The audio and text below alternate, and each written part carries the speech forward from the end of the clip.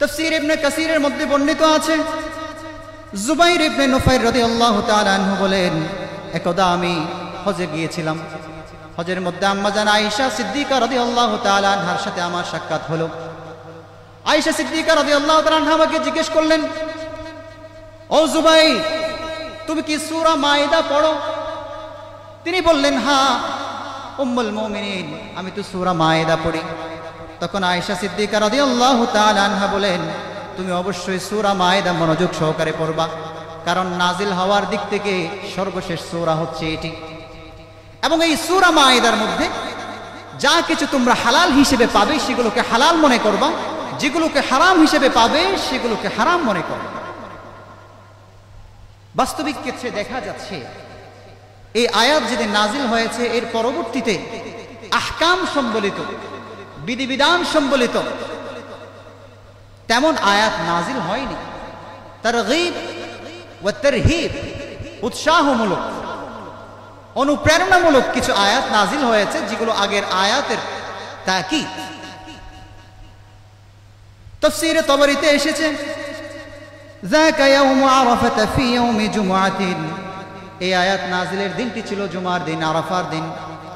লাম্মা নাযারা an-নবী সাল্লাল্লাহু আলাইহি ওয়াসাল্লাম ফালাম ইয়ারা ইল্লা মুওয়াহহিদা ওয়ালাম ইয়ারা মুশরিকা ফাহামিদাল্লাহ।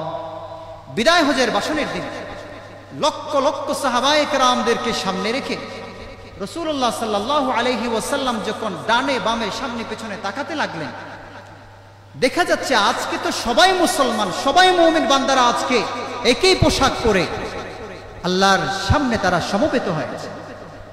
আজকে তো কোনো মুশরিক, কোনো কাফের, কোনো বেঈমান, কোনো মুনাফিককে তো আজকে এই সমাবেশের মধ্যে দেখা যাচ্ছে না। ফালাম ইয়ারা ইল্লা মুওয়াহহিদা, বলা হচ্ছে আজকে সামনে চোখ যতদূর যায়, দৃষ্টি যতদূর যায়, মুমিন, মুসলমান, ঈমানদার আমার সাহাবায়ে কেরাম আজমাইন মুমিনে ভরপুর হয়ে আছে, সুবহানাল্লাহ। এবং আশেপাশে কোনো মুশরিককে দেখতে পেলেন না। এটা দেখার পরে রাসূলুল্লাহ সাল্লাল্লাহু আলাইহি ওয়াসাল্লাম হামিদাল্লাহ, আল্লাহর প্রশংসা করলেন। আল্লাহু আকবার, আলহামদুলিল্লাহ, যেই দিন বাস্তবায়ন করার জন্য আল্লাহ সুবহানাহু ওয়া তাআলা আমাকে পাঠিয়েছেন, এত কষ্ট করে আমি তাবলীগ করেছি, তালিম দিয়েছি, রিসালাতের দায়িত্ব পালন করেছি, এতদিন পরে দেখা গেছে এমন একটা সমাবেশ যেটা তৎকালীন মুসলমানদের সবচেয়ে সর্বপ্রথম এবং সবচেয়ে বৃহত্তম সমাবেশ মুসলমানদের, সুবহানাল্লাহ। তাহলে এটার পরে ফানাজালা আলাইহি জিবরিল, এরপরে জিবরিল আলাইহিস সালাম সাথে সাথে আসমান থেকে অবতরণ করলেন। আল ইয়াউমা ইয়াইসাল্লাযীনা কাফারু আল ইয়াউমা আকমালতু লাকুম দীনাকুম, এই আয়াতে কারীমা নিয়ে তিনি উপস্থিত হলেন, হাজির হলেন, সুবহানাল্লাহ। তাহলে বলা হচ্ছে, ইয়া রাসূলুল্লাহ, আজকে আপনি খুশি, কারণ আজকে আপনার সমাবেশের মধ্যে মুনাফিক, মুশরিক, বদ্দীন, বেঈদীন, খোদাদ্রোহী শক্তিরা আজকে আপনার সামনে উপস্থিত হওয়ার মতো সেই সাহস তাদের চুরমার হয়ে গেছে। অতএব আল্লাহ সুবহানাহু ওয়া তাআলা এই লক্ষ লক্ষ ঈমানে কামেল সংবলিত মুসলমানদের সামনে রেখে আপনার জন্য একটি ঘোষণাপত্র পাঠিয়েছেন, যে ঘোষণাপত্রের মধ্যে আজকে কিয়ামত পর্যন্ত যত মানুষ আসবে, যত দিন আসবে, যত ধর্মীয় মানুষজন আসবে, প্রত্যেকের জন্য দ্বীন ইসলামকে পরিপূর্ণ কমপ্লিট কোড অফ লাইফ হিসেবে আল্লাহ সুবহানাহু ওয়া তাআলা আজকে ঘোষণা দেওয়ার জন্য আমাকে পাঠিয়েছেন, সুবহানাল্লাহ। এই আয়াত যখন নাজিল হচ্ছিল, তাফসীরে কুরতুবীতে আছে, ইন্নাহা নাযালাত ফি ইয়াউমিল হজ্জিল আকবার, সেদিন ছিল হজ্জ আকবার। ওয়া ক্বরাআহা রাসূলুল্লাহ সাল্লাল্লাহু আলাইহি ওয়াসাল্লাম, রাসূলুল্লাহ সাল্লাল্লাহু আলাইহি ওয়াসাল্লাম যখন এই আয়াতে কারীমাটা তিলাওয়াত করলেন, বাকা উমর ইবনুল খাত্তাব রাদিয়াল্লাহু তাআলা আনহু সাথে সাথে কেঁদে দিলেন। কান্না দুই ধরনের হতে পারে, একটা দুঃখের কান্না আর একটা হচ্ছে আনন্দের কান্না। উমর ইবনুল খাত্তাব রাদিয়াল্লাহু তাআলা আনহু যে কান্না করেছিলেন, একদিক থেকে সেটা আনন্দের কান্না, আরেক দিক থেকে তিনি বুঝতে পেরেছিলেন যখন দ্বীনের কামালিয়ত চলে এসেছে, তখন যার কারণে এই কামালিয়ত এসেছে ওনাকে তো আল্লাহ তাআলা নিয়ে যাবেন। সেই হিসেবে একদিকে প্রাপ্তির আনন্দ, আরেক দিক থেকে হারানোর বেদনা, এই দুটোর সমন্বয়ে ওমর ইবনে খাত্তাব রাদিয়াল্লাহু তাআলা আনহুর সাথে সাথে কান্না করে দিলেন। রাসূলুল্লাহ সাল্লাল্লাহু আলাইহি ওয়াসাল্লাম জিজ্ঞেস করলেন, মা ইউবকিকা, হে ওমর, ও আমার সাহাবী, তুমি কেন কান্না করছো? আজকে তো খুশির দিন, খুশির সংবাদ আল্লাহ তাআলা পাঠিয়েছেন। তিনি বললেন, আবকানি আন্না কুন্না ফি জিয়াদাতিন মিন দীনিনা, ওহে রাহমাতাল লিল আলামিন, ওহে শফিউল মুজনিবিন, আমাদের মাতার ছায়া, আমাদের নূরে নবী, আমি কেন কাঁদছি আপনি কি জানেন? আমরা তো আরো আশা করেছিলাম আপনার ছায়া যেন আমাদের মাঝে আরো প্রলম্বিত হয়, আপনি যেন আরো দীর্ঘদিন আমাদের মাঝে থাকেন, যার কারণে দ্বীনের নতুন নতুন বিধিবিধান আমরা নতুন নতুন শিখতে পারবো, জানতে পারবো। কিন্তু আল্লাহ পাক রব্বুল আলামিন, ফাম্মা ইয কামুলা ফাইন্নাহু লাম ইয়াকমাল শাইউন ইল্লা নাকাসা, কিন্তু যখন আল্লাহ তাআলা বলে দিয়েছেন আজকে দ্বীন কামেল হয়ে গেছে, নিয়ামত সম্পূর্ণ হয়ে গেছে, ইসলামকে বিশ্ববাসীদের জন্য কিয়ামত পর্যন্ত সর্বশেষ এবং আল্লাহর কাছে মকবুল, একমাত্র মনোনীত পছন্দনীয় ধর্ম হিসেবে ঘোষণা চলে এসেছে, তাহলে আমার মনে হচ্ছে যার কারণে আজকে কামালে দ্বীন পেয়েছি, তামামে নিয়ামত পেয়েছি, দ্বীন ইসলাম পেয়েছি, মনে হচ্ছে সেই নবী সাল্লাল্লাহু আলাইহি ওয়াসাল্লাম আমাদের মাঝ থেকে চলে যাবে। আরেকটা জিনিস যখন সম্পূর্ণ হয় তখন তার মধ্যে গুণে ধরা শুরু করে, কমতে শুরু করে। ফার্সের মধ্যে একটি কথা আছে, হর কামালেরা জওয়ালেস, লিকুল্লি কামালিন জওয়াল। কোন একটা জিনিস যখন পরিপূর্ণ আকার ধারণ করে তখন আস্তে আস্তে সেই পরিপূর্ণতার মধ্যে ভাঙতে শুরু করে, কমতে শুরু করে। তাহলে বলা হচ্ছে ইসলাম যখন আজকে পরিপূর্ণ হয়ে গেছে, রাসূলুল্লাহ সাল্লাল্লাহু আলাইহি ওয়াসাল্লামের কারণে যেখানে সমস্ত বিশ্বের মানব জাতি আজকে ঈমানের বলে বলিয়ান, তাহলে তিনি যদি চলে যায় তাহলে আমার না ভয় লাগে এই দ্বীনের মধ্যে ঘুণে ধরে যাবে। এই চিন্তা করে তিনি কান্না করছিলেন। তাহলে এই হাদিসগুলো থেকে আমরা বুঝতে পারি শানে নুজুল 10ম হিজরির 9 জিলহজ এই আয়াতে কারীমা নাজিল হয়েছে। সেই দিনটি ছিল আরাফার দিন, সেই দিনটি ছিল জুমার দিন, সেই সময়টি ছিল বা'দাল আসর, দোয়া কবুল হওয়ার সময়। রাসূলুল্লাহ সাল্লাল্লাহু আলাইহি ওয়াসাল্লাম জাবালে রাহমাত, যেখানে রহমতের বাড়ি দ্বারা বর্ষিত হয়, সেই পাহাড়ের পাদদেশে অবস্থান করছিলেন। এর চেয়ে বড় বিষয় হচ্ছে এই দিনটি ছিল হজ্জে আকবার, রাসূলুল্লাহ সাল্লাল্লাহু আলাইহি ওয়াসাল্লামের বিদায় হজ। তাহলে দেখা গেছে এই আয়াত নাজিল হওয়ার প্রায় 81 দিন পরে রাসূলুল্লাহ সাল্লাল্লাহু আলাইহি ওয়াসাল্লামের ওয়াফাত হয়েছে। সঠিক ওমর রাদিয়াল্লাহু তাআলা আনহুর আশঙ্কা সঠিক হয়েছে যে রাসূলুল্লাহ সাল্লাল্লাহু আলাইহি ওয়াসাল্লাম এই পৃথিবী থেকে বিদায় নিয়েছে। সম্মানিত হাজিরিন, আসুন এই আয়াতের একটু ব্যাখ্যার দিকে আমরা একটু মনোনিবেশ করার চেষ্টা করি। তাফসীরে মাআরিফুল কোরআনের মধ্যে বর্ণিত আছে, এই আয়াতের মধ্যে আল্লাহ সুবহানাহু ওয়া তাআলা উম্মতে মুহাম্মাদের জন্য, শেষ নবীর উম্মতের জন্য 3টি পুরস্কারের ঘোষণা দিয়েছেন। একটা হচ্ছে আকমালতু লাকুম দীনাকুম, দ্বীনের পূর্ণতা। দ্বিতীয় নাম্বার হচ্ছে আতমামতু আলাইকুম নি'মাতি, আল্লাহর পক্ষ থেকে প্রদত্ত নিয়ামতের সম্পূর্ণতা।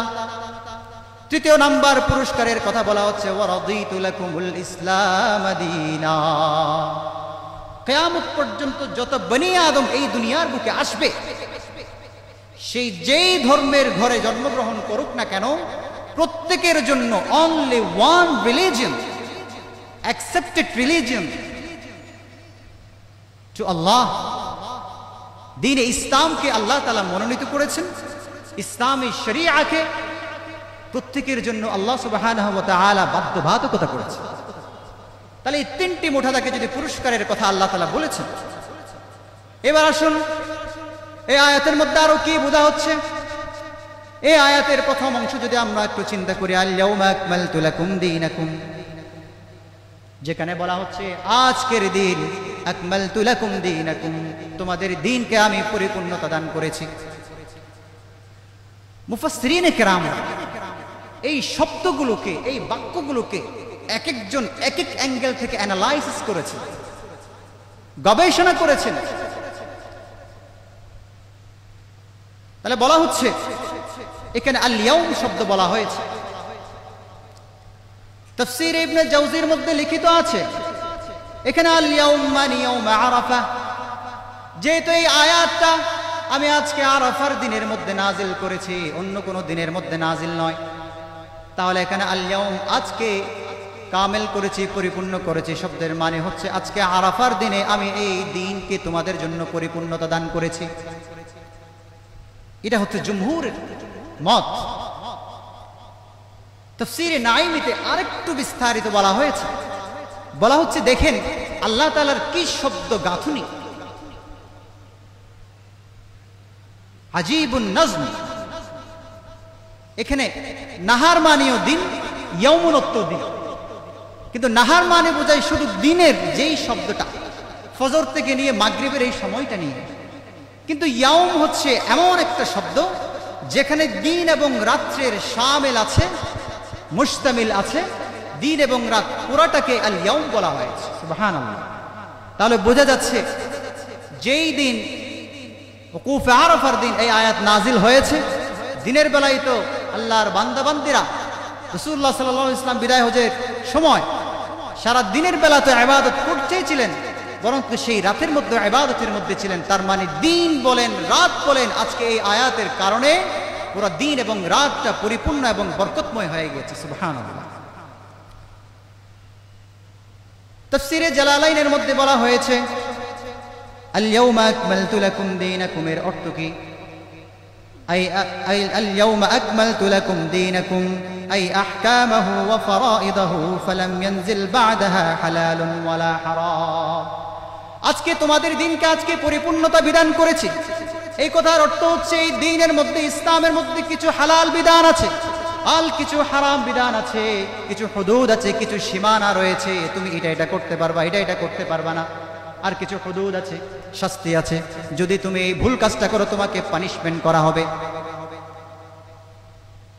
তাহলে দিন ইসলামের যত হুকুম, যত ফরাইজ, যত উসুল আছে, আজকের দিনে এই আয়াতের যদি একটু আগের দিকে যান, কিছু বিষয়কে, কিছু জানোয়ারকে আল্লাহ তাআলা হারাম করেছেন। জাহেলিয়াতের কিছু কুসংস্কারকে আল্লাহ তাআলা চিরদিনের জন্য হারাম করেছেন। তাহলে বলা হচ্ছে দ্বীনের যে বিধান আছে, দ্বীনের যে হুকুম আহকাম আছে, হুরমত আছে, হিল্লাত আছে, এই বিষয়গুলো আল্লাহ তাআলা আজকের এই দিনে শেষ হিসেবে আল্লাহ তাআলা এই দ্বীনকে কামেল মুকাম্মেল করেছেন। সুবহানাল্লাহ। তাফসীর ইবনে জাওজির মধ্যে ইকমালুদ্দীন অর্থ, পাঁচটা অর্থ নেওয়া হয়েছে।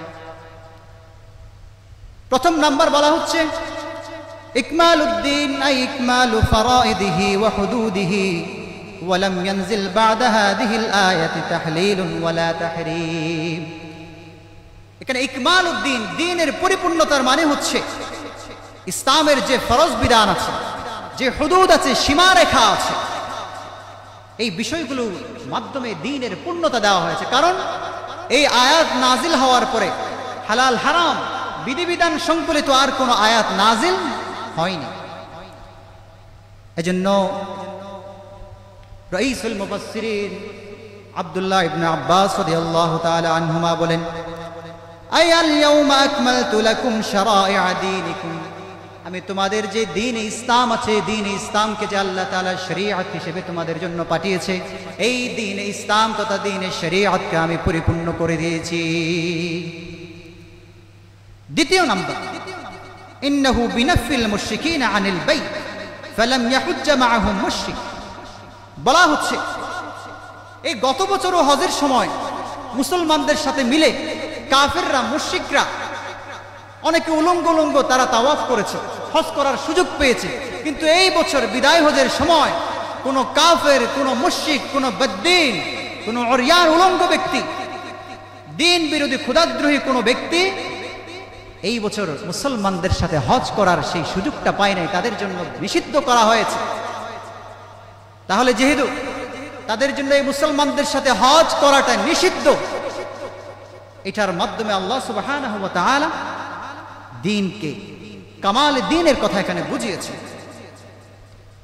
এজন্য قال سعيد بن جبير وقتادة তারা বলছেন কামালউদ্দীন হা হুনা ইজ্জুহু ওয়া যুহুরুহু, এখানে কামালউদ্দীন মানে আজকে ইসলামের যে শৌর্যবীর্য, ইসলামের যে ক্ষমতা, ইসলামের যে সৌন্দর্য, ইসলামের যে শক্তি, ইসলাম পরিপূর্ণ হওয়ার জন্য কোনো কাফির, কোনো বেঈমান, কোনো মুশরিকের প্রতি মোকাবেক্ষী নয়।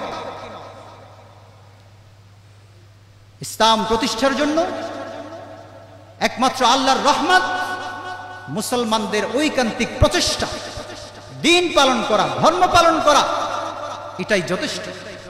অতএব এই যে আজকে সমগ্র কুফার আরব মুশরিকিনদের উপর আজকে মুসলমানদের যে জয় জয়কার অবস্থা, এখানে সেই জয় জয়কার অবস্থাকে কামাল দ্বীন বোঝানো হয়েছে।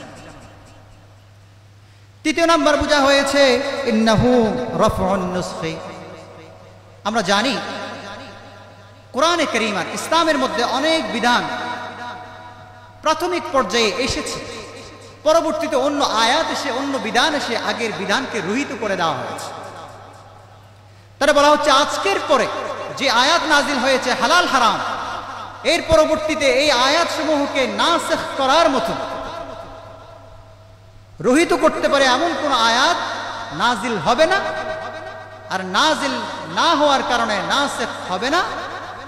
এই হিসেবে আজকে দ্বীন ইসলাম তথা আয়াতে কুরআনিয়া গুরুকে পরিপূর্ণ করে দেওয়া হয়েছে। সুবহানাল্লাহ।